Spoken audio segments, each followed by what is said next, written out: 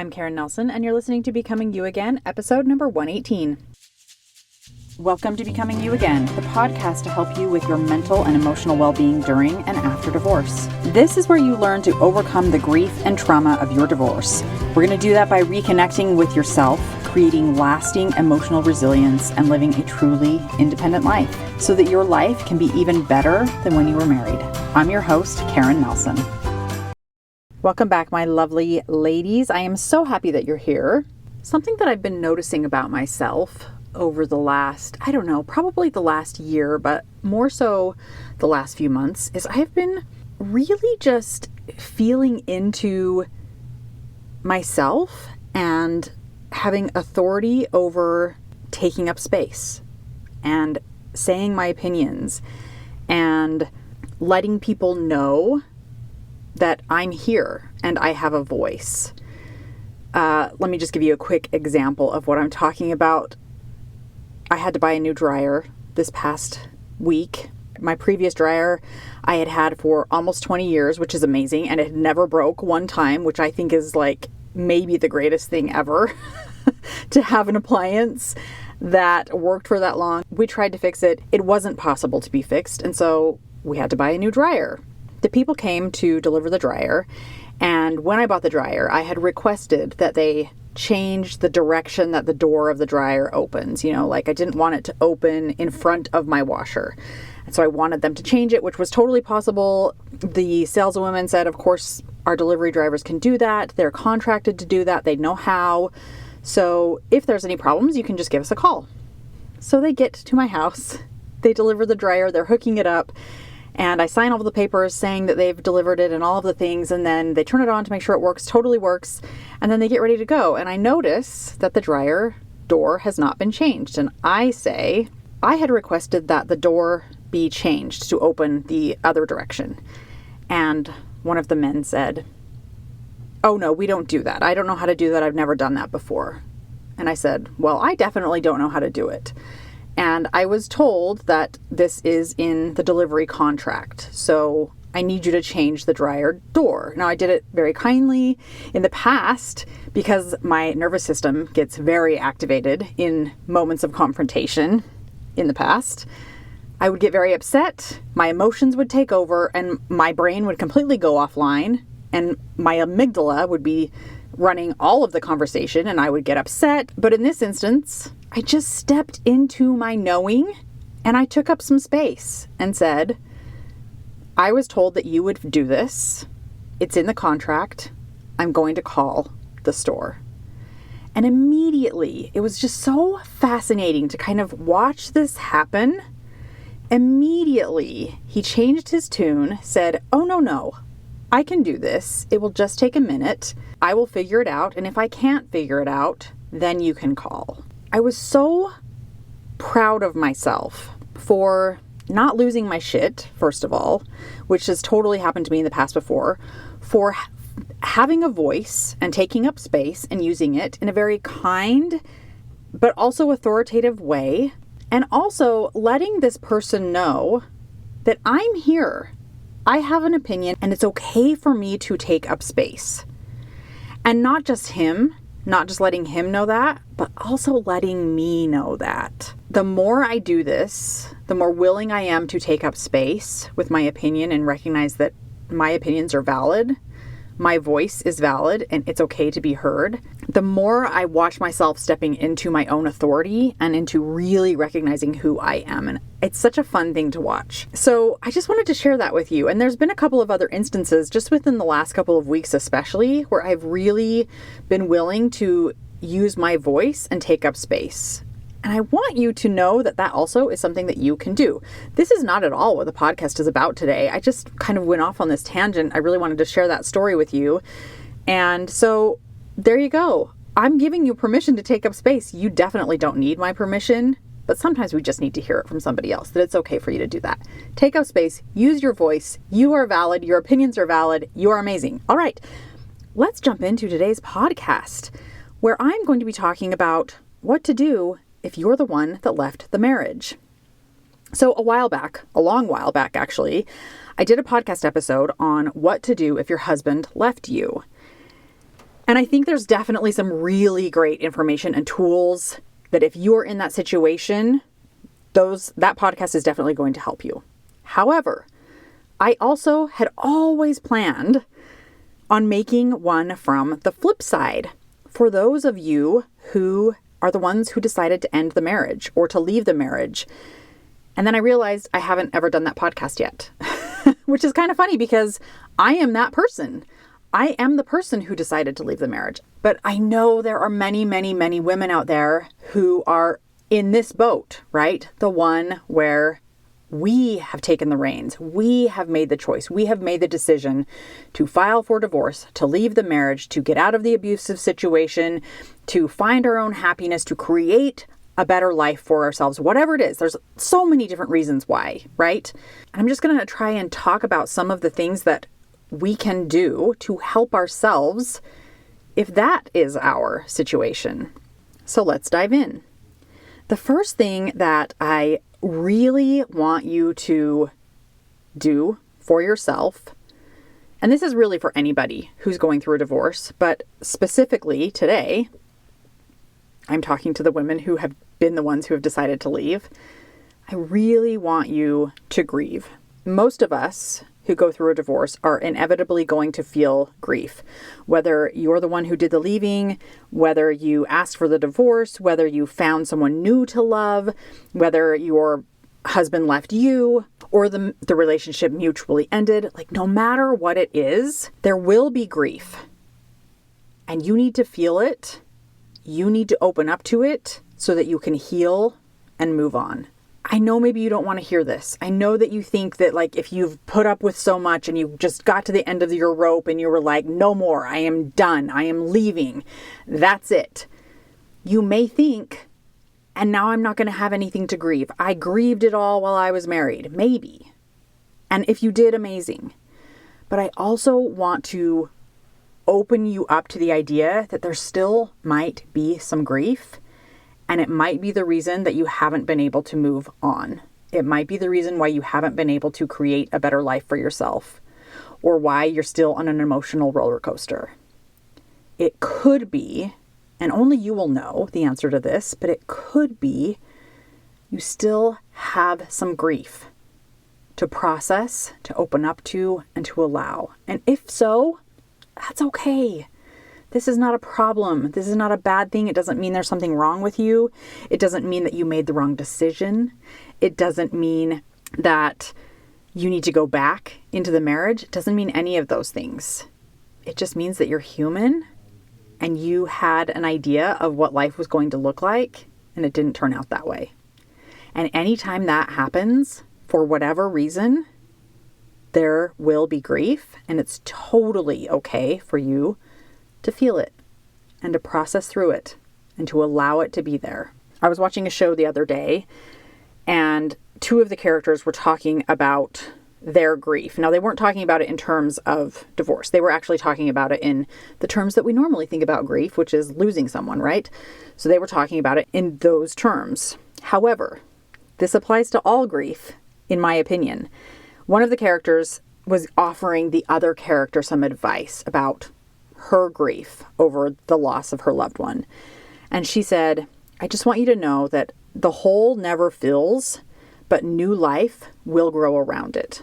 This idea really reminds me of how I like to think about grief, which is based off of the Lois Tonkin model of grief.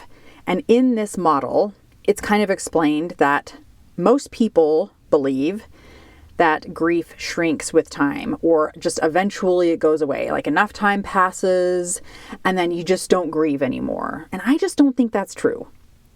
What I believe to be true, and how Lois Tonkin explains it in this model, is that we grow around our grief. And as we do this, we expand and we grow. So if you can kind of visualize it in this way, think of like a glass jar. And in the glass jar is a ball, and the ball is representative of grief. So in this grief model, we've got the glass jar and we've got the ball of grief inside the jar. And as we grow and expand, the jar is getting bigger, and yet the ball stays the same. We are growing and expanding, and grief is always there. And that's okay. There's nothing bad or wrong with that.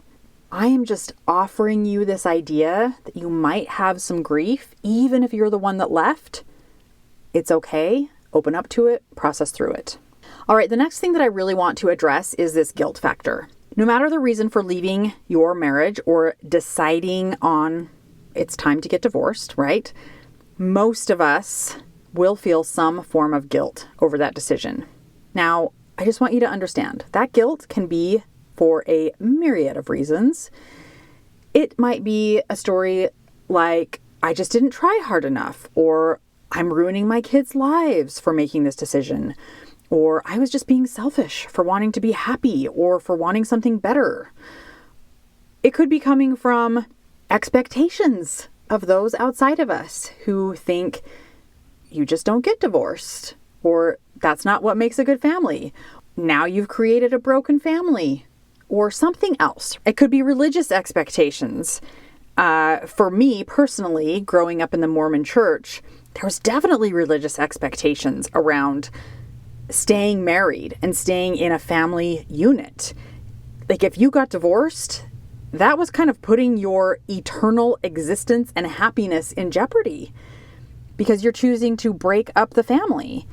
So you could have any of these stories. You might have something else that is creating this guilt inside of you.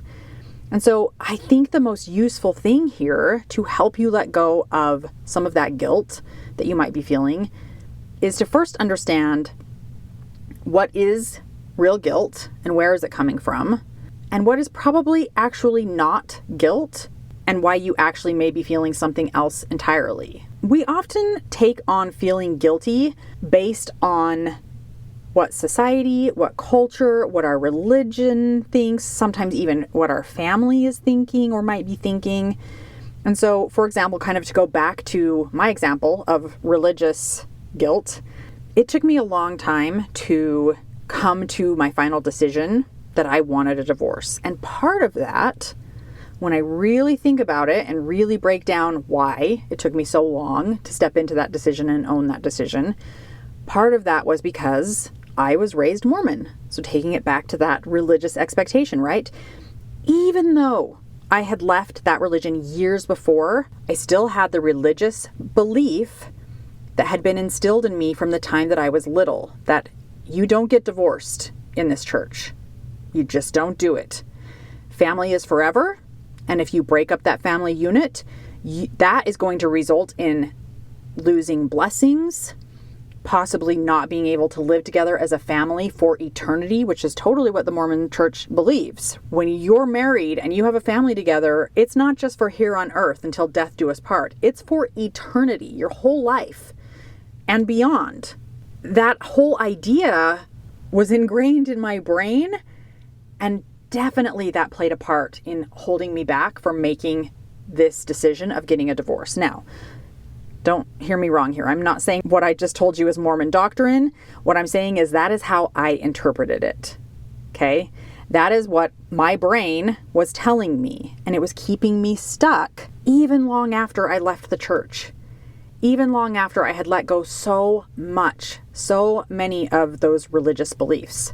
I still had many of them happening in my brain. I still have some of them happening in my brain that I consciously have to work to let go of and to unravel from my belief system. So you could say that I was holding myself back from making that decision because I felt guilty.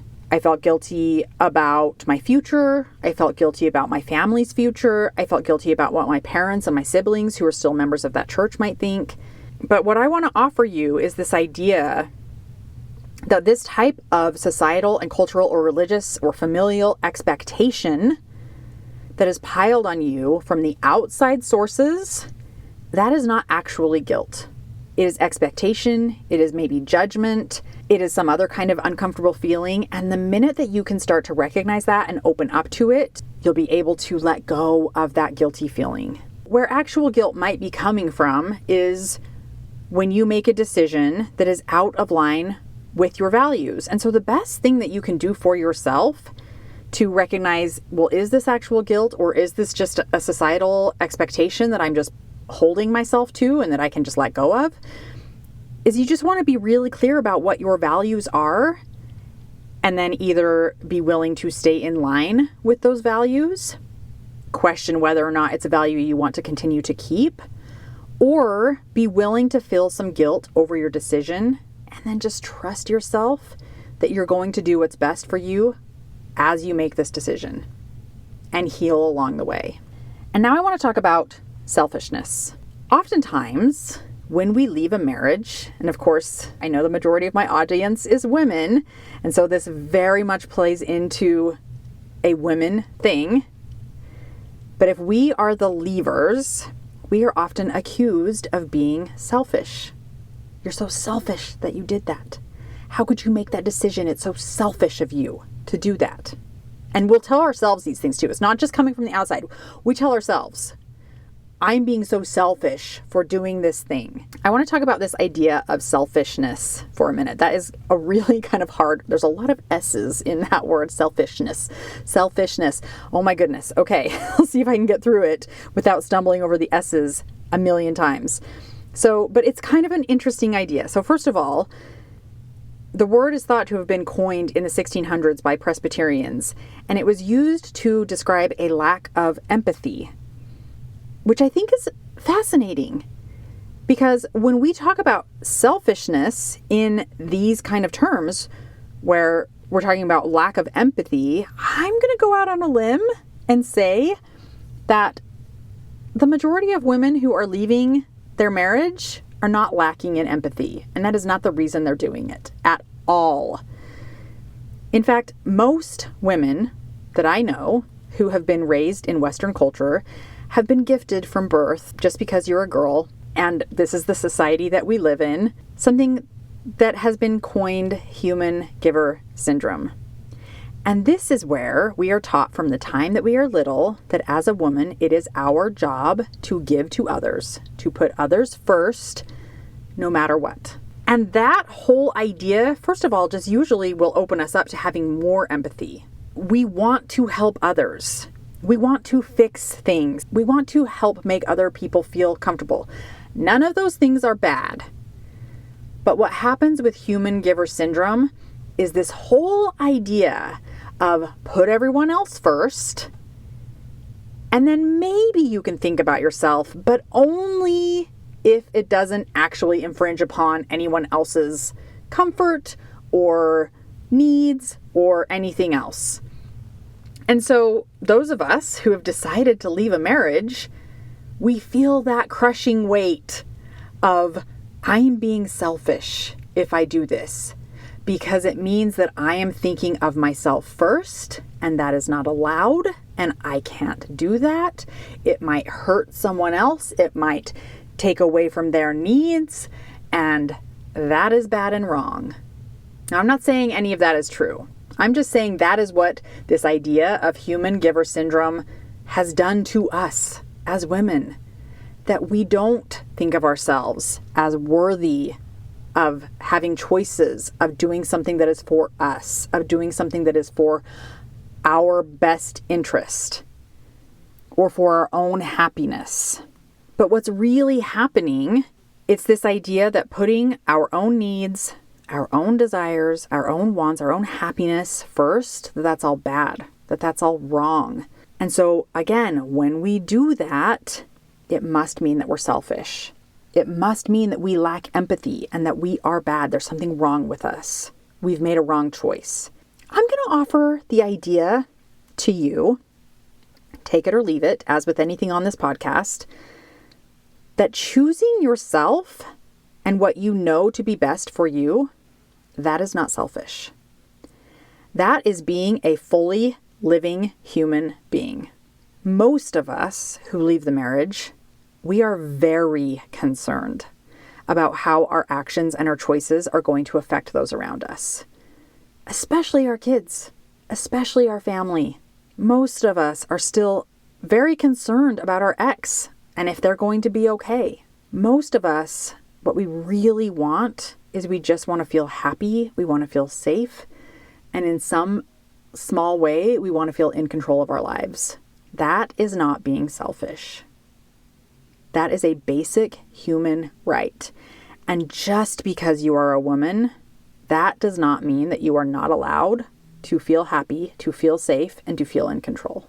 So this idea of selfishness, do your best to unwind the story that what you're doing, that the choice that you've made means that you're being selfish. And then lastly, I just want to offer you this idea of leaning into owning your decision. This can be, I think, one of the hardest and yet most powerfully authoritative things that you can do for yourself after divorce. I remember way back when my ex and I were still technically married, but our divorce was in process. We had been separated for a very long time. We were still living together at the time. But I remember this one point, my ex-to-be came to me and he was just like, I don't want the divorce. I think this isn't right. I think this is the wrong decision. I don't want to go through with this. I really want you back. I'm going to work harder. Everything's going to change. We can make it better. I really think that we should make a go of it again. Something like that. It was something around those lines. I don't remember specifically exactly what he said, but it sounded something like that. And I just very kindly but firmly said, no, I don't want that. I don't want to stay married. I want to move forward with divorce. I know that this is the right decision for me. And I owned it with every fiber of my being, even though I knew that it was going to hurt him. I knew that me saying that was going to hurt him again. He was already kind of hurt when I told him I wanted the divorce in the first place. I knew that this decision was hurting my kids. We had already told them we were getting divorced. It was a blow to them, and I knew that. And still, I owned my decision. I felt peace about my decision, and I knew that stepping into that acceptance over and over again, when my brain was telling me to feel guilty, when people outside of me were judging me, when there were times when I was feeling selfish or whatever was happening, I knew that stepping into that acceptance and owning my decision felt right and it felt powerful. And I finally, when I would step into those moments where I owned my decision, I felt like I had actual authority over my life, which was something that I hadn't felt in a very, very, very long time. Now, I'm not saying that you're going to feel exactly like me, and I'm not saying that you should get divorced if that doesn't feel like the right decision for you. Do what feels best to you. But whatever it is, own your decision. That is where the acceptance and taking authority over your own life is going to show up and allow you to create the kind of life that you want. All right, my friends, I hope this helps you if you are navigating being the one who left the marriage. Thank you so much for being here, and I will be back next week. Hi friend, I'm so glad you're here and thanks for listening. I wanted to let you know that if you're wanting more, a way to make deeper, more lasting change, then working one-on-one with me as your coach may be exactly what you need. Together, we'll take everything you're learning in the podcast and implement it in your life with weekly coaching, real life practice, and practical guidance. To learn more about how to work with me one-on-one, go to KarenNelsonCoaching.com. That's www.KarenNelsonCoaching.com. Thanks for listening. If this podcast agreed with you in any way, please take a minute to follow and give me a rating wherever you listen to podcasts. And for more details about how I can help you live an even better life than when you were married, make sure and check out the full show notes by clicking the link in the description.